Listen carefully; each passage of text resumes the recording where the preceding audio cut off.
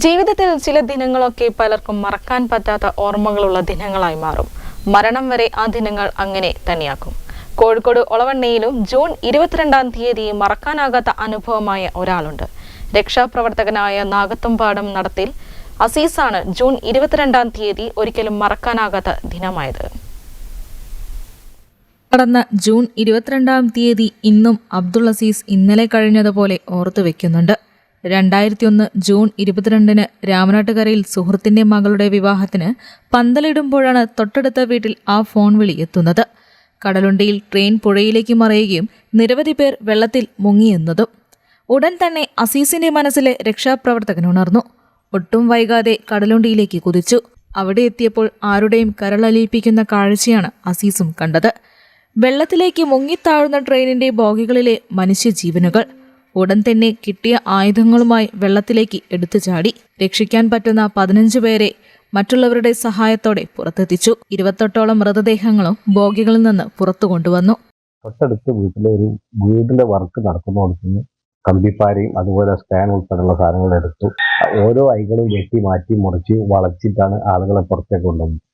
ഞാൻ ഉൾപ്പെടെയുള്ള ഒരുപാട് ആളുകൾ അവിടെ ജീവകാരുണ്യ പ്രവർത്തനമായി വന്നപ്പോൾ 15ഓളം ആളുകളെ അവിടുന്ന് ഞങ്ങൾക്ക് എടുത്ത് പുറത്ത് കൊടുക്കാൻ വേണ്ടി സാധിച്ചിട്ടുണ്ട്.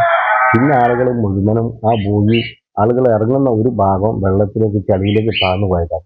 മറ്റേ ഭാഗം ഇങ്ങനെ പഴയോട് താഴ്ന്നിങ്ങനെ വെള്ളത്തിലേക്ക് ആയതുകൊണ്ട് ഒരുപാട് ആളുകൾ അതേമാതിരി തന്നെ അമർന്ന് അങ്ങോട്ട് പോയി. ഉടനെ പിന്നെ ആദ്യം ഞങ്ങൾ നോക്കിയത് ജീവനുള്ള ആളുകളെ, കരച്ചിലുള്ള ആളുകളെയും അതുപോലെ പിടിച്ച് നെല്ലും വിളിക്കുന്ന ആളുകൾ പുറത്ത് കിടക്കാനാണ് ശ്രമിച്ചത്. പിന്നെ അമർന്നു പോയി. പിന്നെ ഞങ്ങൾ ബോഗിൻ്റെ ഉള്ളോട്ട് പോയി. ഞാൻ ഉൾപ്പെടെ ഒരുപാട് സന്നദ്ധ സംഘടനയുടെ ആളുകൾ അവിടെ ഉണ്ട്. പക്ഷേ ഞങ്ങൾക്ക് 28ഓളം ആളുകളെ ഉള്ളോട്ട് പോയി ബോഗിൻ്റെ ഉള്ളിൽ നിന്ന് ആളുകളെ പുറത്തേക്ക് കൊണ്ടുവരാൻ വേണ്ടി ഞാൻ ഉൾപ്പെടെയുള്ള ആളുകൾ സാധിച്ചിട്ടുണ്ട്. 17-ാം വയസ്സിൽ തോട്ടിൽ മുങ്ങി മരിച്ച ഒരു കൊച്ചുകുഞ്ഞിന്റെ മൃതദേഹം പുറത്തെടുത്താണ് ആദ്യ രക്ഷാപ്രവർത്തനം നടത്തിയത്. അതിനുശേഷം നിരവധി രക്ഷാപ്രവർത്തനങ്ങൾക്ക് ചുക്കാൻ പിടിച്ചു. അതിനിടയിൽ കഴിഞ്ഞ ആഴ്ച പന വീണ് മരിച്ച വൃദ്ധയുടെ വീടിനു മുകളിലെ മരം നീക്കുമ്പോൾ മരക്കൊമ്പ് ദേഹത്ത് തട്ടി വാരിയലുകൾക്ക് ക്ഷതം സംഭവിച്ചിരുന്നു. അതിനെ തുടർന്ന് വിശ്രമത്തിലാണ് അബ്ദുൾ അസീസ്. നിരവധി ചെറുതും വലുതുമായ രക്ഷാപ്രവർത്തനങ്ങളിൽ പങ്കാളിയായിട്ടുണ്ടെങ്കിലും കടലുണ്ടിയിലെ ട്രെയിൻ ദുരിതത്തിന്റെ 23 വർഷം പിന്നിടുന്ന ഈ ദിവസവും അസീസിന് ഒരു പ്രാർത്ഥനയുള്ളൂ. ജീവിതത്തിൽ ഇനി ഒരിക്കലും ഇതുപോലൊരു ദുരിതം ഉണ്ടാവരുതേ എന്ന്.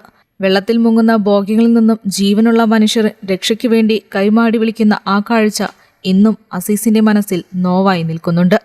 News bureau, Kozhikode.